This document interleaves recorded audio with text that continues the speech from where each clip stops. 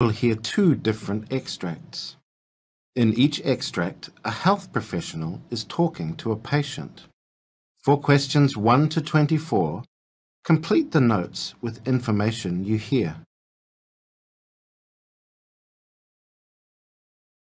Extract 1.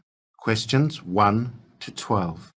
You hear an emergency doctor talking to a patient called Penny Rawford. For questions 1 to 12, complete the notes with a word or short phrase.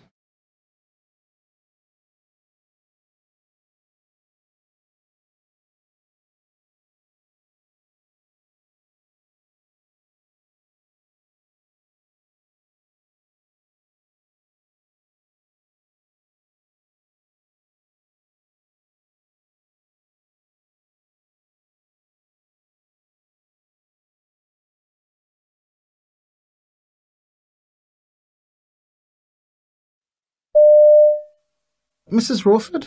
So, I understand you've been brought in here because you fainted at work. That's right. Can you tell me a bit about it? Well, I can't really remember much. I was sitting at my desk and I suddenly got this really awful headache. My head felt like someone had fired a bullet into it. I've never had anything like it. I mean, I've had headaches before, but nothing serious. And this one was different because it was just in one place in my forehead here. And I can't remember what happened then, but my colleague sitting at the next desk, she saw me and she says I collapsed onto my desk. So she came over to help, but she says she couldn't wake me up and I was out for quite a few minutes. But I wasn't still. She says I was jerking, but I can't remember any of it. Apparently they called an ambulance and I do remember the paramedics arriving and I was able to answer some of their questions, even though I was still feeling a bit groggy. They asked me if I'd had any sort of trauma before I fainted, but I hadn't. I'd woken up as normal and cycled into work. Nothing unusual.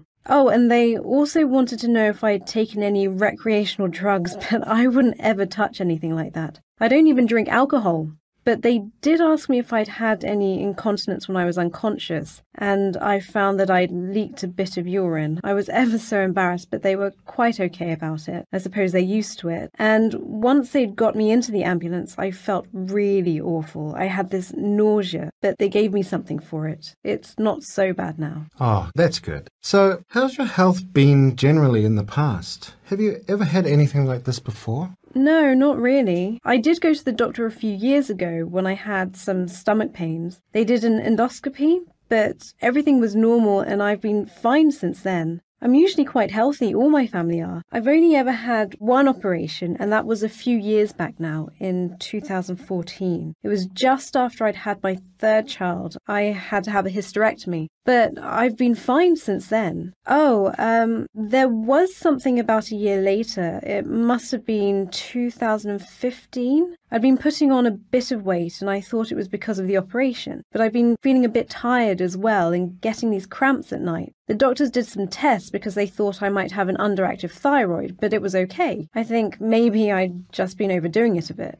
Oh, that's excellent. Well, how do you feel now? It looks as if you've got a bit of bruising there on your face. Yes, and I think I've got a cut there too, a little one under my eye. That must be where I fell on my desk. I've still got a bit of a headache, but nothing like as bad as it was. I do feel as if my neck's a little stiff, but that might be because I've been lying down. And the paramedics asked me lots of questions to see if I had anything funny with my vision, but that's all okay. Great. So now I'd like...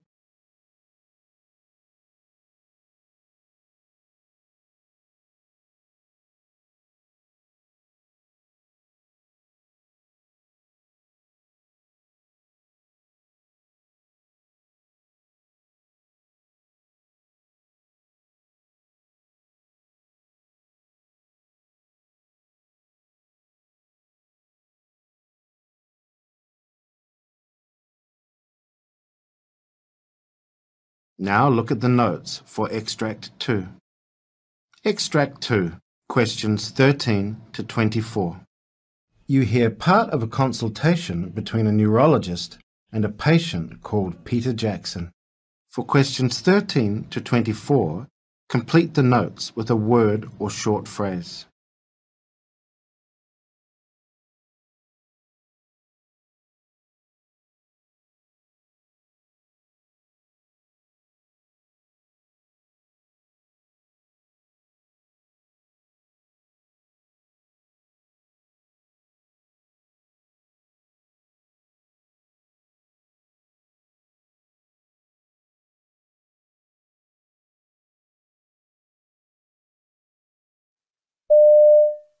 Morning, Mr. Jackson. Now, you've been referred to me by your GP, and I'm the first neurologist you've seen, I think. That's right. I think my GP's got some ideas about what my problem may be, but he sent me here, to double check. Okay, I've got some notes here with his referral letter, but it'd be helpful if you could tell me in your own words the symptoms you first noticed. Well, there were several things which started early last year. They don't sound too bad individually, but together they were affecting me quite a bit. I guess the worst thing was, well, feeling absolutely shattered, feeling exhausted most of the time, even when I'd not been doing much. I'd never suffered from depression, but I started feeling a bit down. There wasn't a specific trigger. And any physical pain then? Well, my right leg, it didn't ache exactly, but there was a real stiffness, which made walking slower. And my neck was affected too. Again, not a pain, but more like a tightness. Yeah,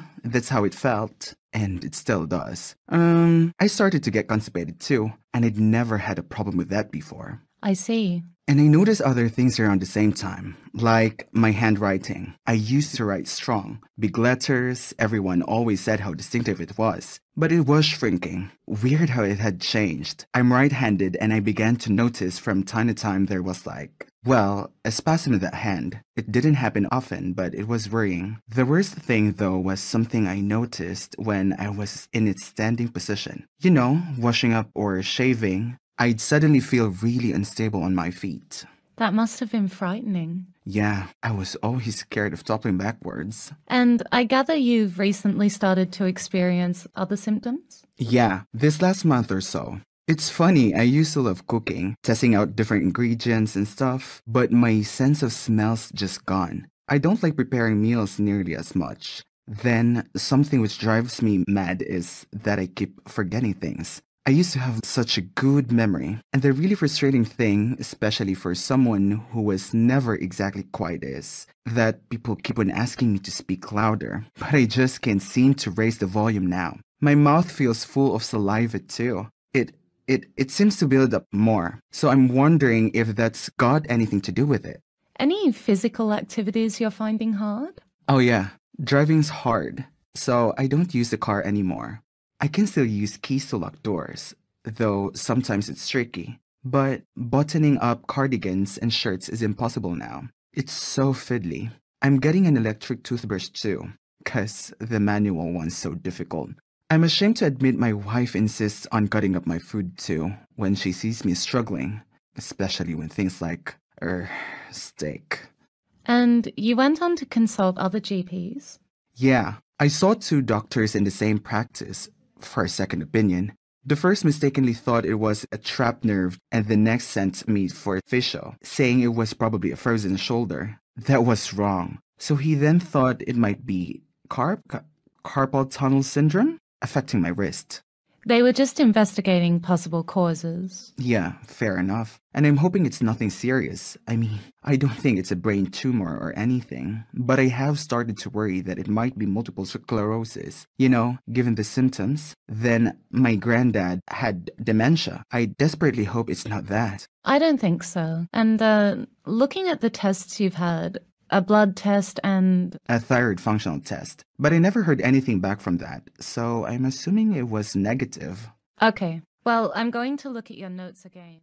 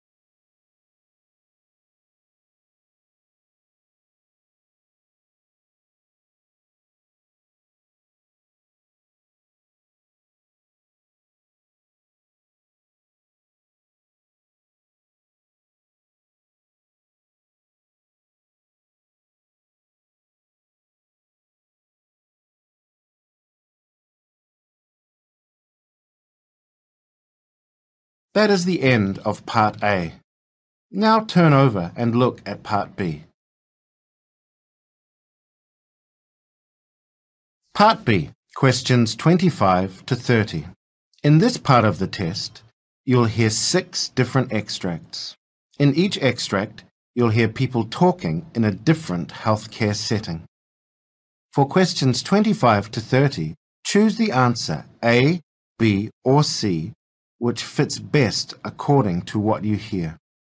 Now look at question 25. You hear a nurse reporting to a medical team about a patient. Now read the question.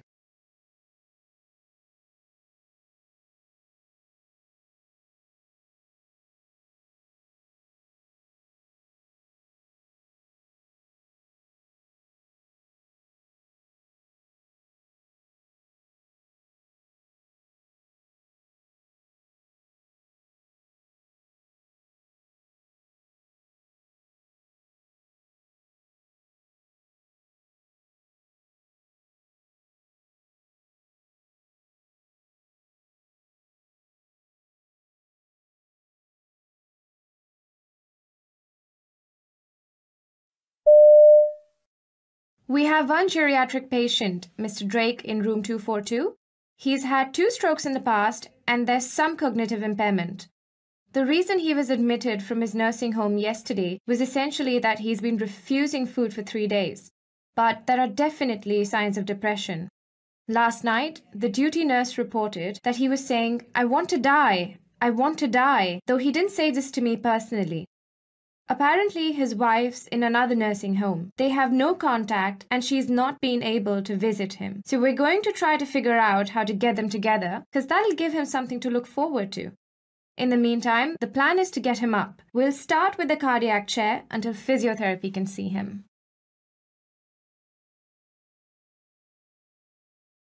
Question 26. You hear a hospital nurse talking to a patient about oxygen therapy. Now read the question.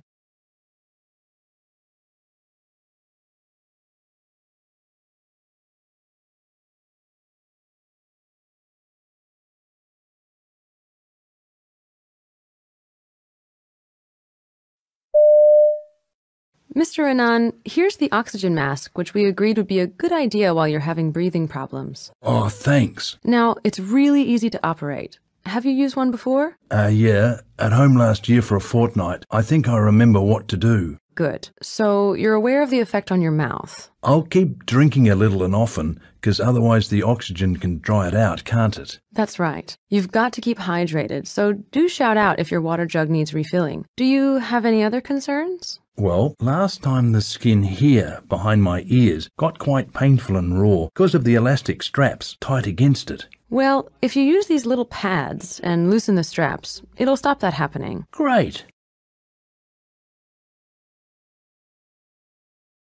Question 27. You hear a surgeon briefing her team about a patient they will operate on later in the day. Now read the question.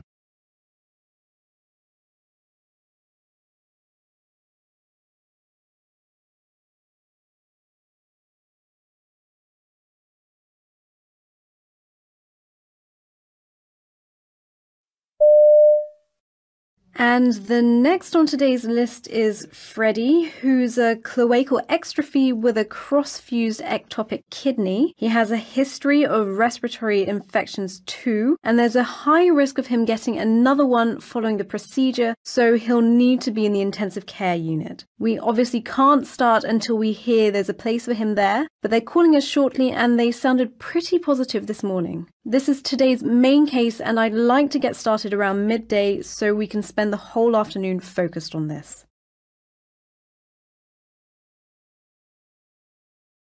Question 28. You hear 2 hospital nurses talking about a patient's medication. Now read the question.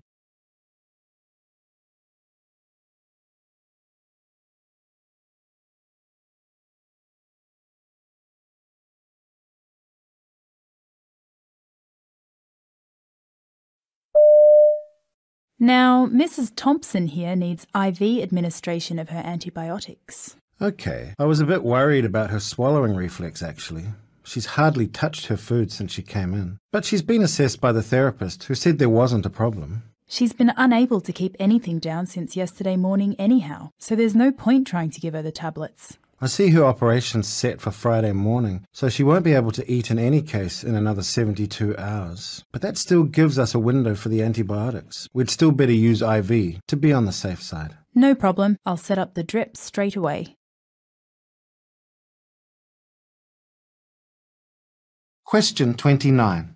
You hear a pharmacist talking to a customer about head lice in children.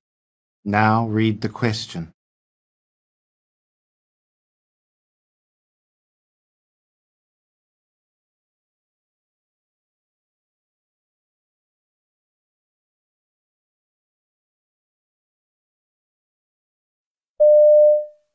Hello, can I help you?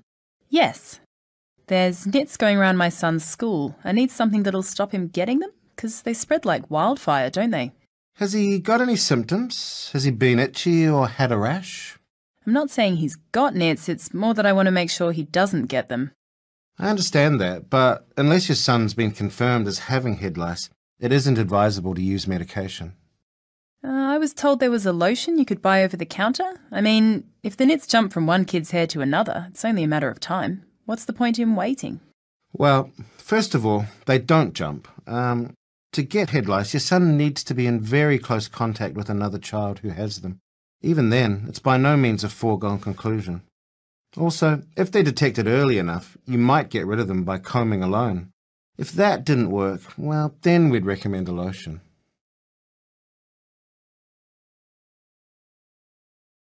Question 30.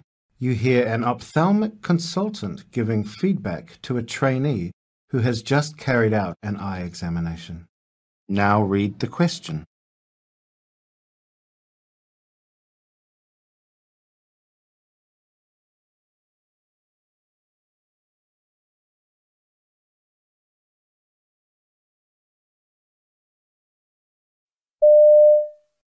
So, were you happy with the examination? I think it was okay overall, but it was hard carrying out the procedures while having to deal with the patient's questions at the same time. Yes, that can be hard. But there were lots of good things. Reassuring the patient when necessary certainly helped the process. The patient seemed rather confused sometimes about what you wanted him to do, though. That's something to work on. Think about effective ways of communicating what's required.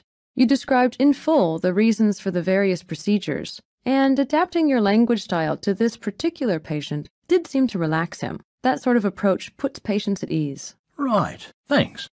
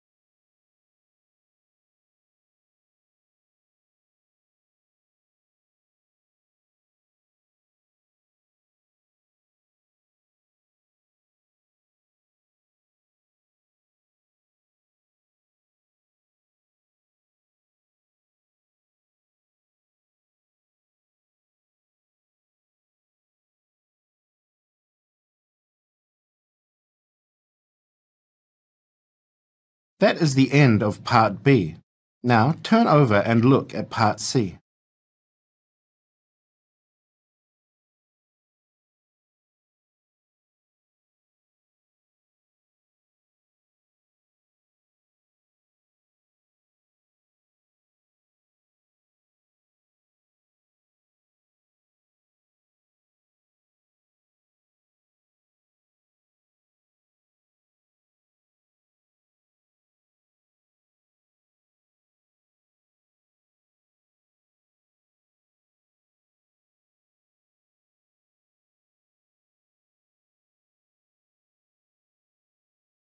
Now look at Extract 1, questions 31 to 36. You hear an ear, nose and throat specialist called Cynthia Davison giving a presentation about the causes and treatment of nosebleeds. You now have 90 seconds to read questions 31 to 36.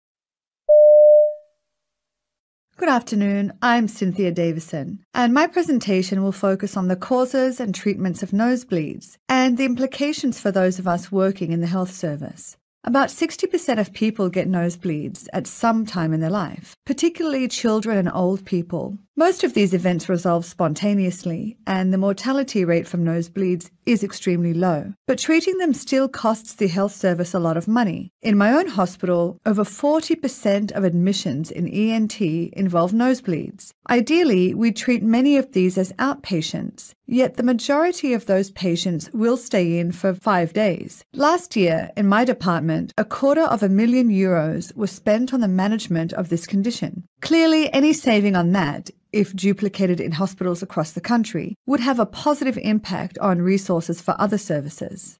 The biggest enemy of the nosebleed is artificial air. In hospitals, we get an awful lot of older people coming in with nosebleeds in winter months. As you'll know, such patients don't tolerate the cold for various reasons, so they tend to sit beside radiators and heaters, and these dry up the air. This means the cilia, which protect the lining of the nose, dry out, and this in turn exposes the blood vessels, which causes bleeding.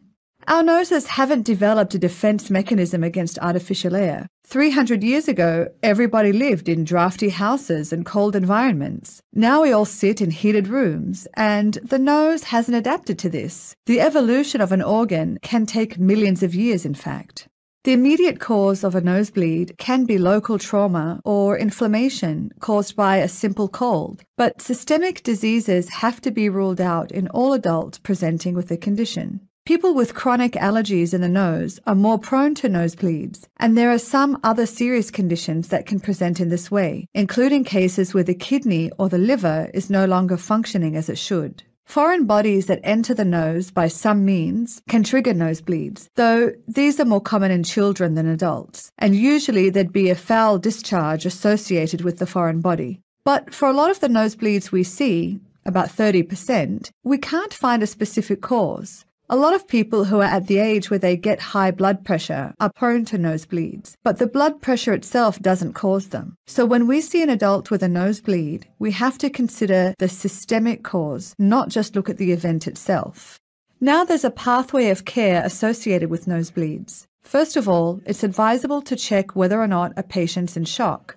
A loss of at least 500 ml of blood is needed to get the early signs of shock, and it's rare to lose that amount during a common nosebleed. But if you ask any of my colleagues in ENT what they most hate dealing with, it's nosebleeds. This is because they tend to come in late at night. The patient's often scared, and that sets their blood pressure off, making any further diagnosis and treatment problematic. So before you can do anything, you have to allay their fears. You might even give them a sedative to try to relax them. You also need to check they're not on any medication, like aspirin or warfarin, that might affect blood clotting. The next step is to try to find the precise source of the bleeding. The simplest way to stop it is to apply a silver nitrate stick to that point. It's fairly atraumatic, but you can't get those chemical sticks to the back part of the nose, so they're mainly useful for children who tend to have fewer bleeds from that area than older people. Unfortunately, what often happens when an older patient goes into an emergency department and there may be no ENT service available, as many such departments don't have them, what often happens is that because there's so much blood pouring out, the bleeding point can't be located. In this case, a gauze pack will be put into the nose, both in front and behind the nose, to try to put pressure on the whole area and stop the bleeding that way. This can be very traumatic for the patient, and there's also a danger of secondary infection if it's left in too long. So the ideal management is to identify the bleeding point and stop the bleeding directly by cauterizing it or by ligation of the vessel. And this primary treatment will work 94% of cases. So before I go on to...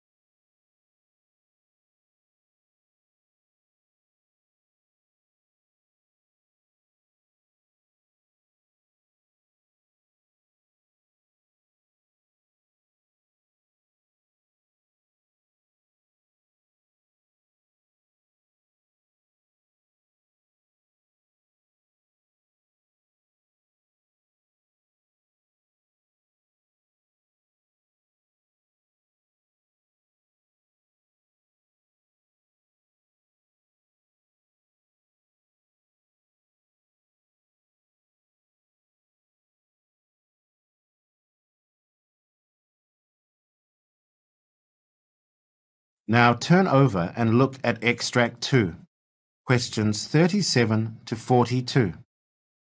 You now have 90 seconds to read questions 37 to 42.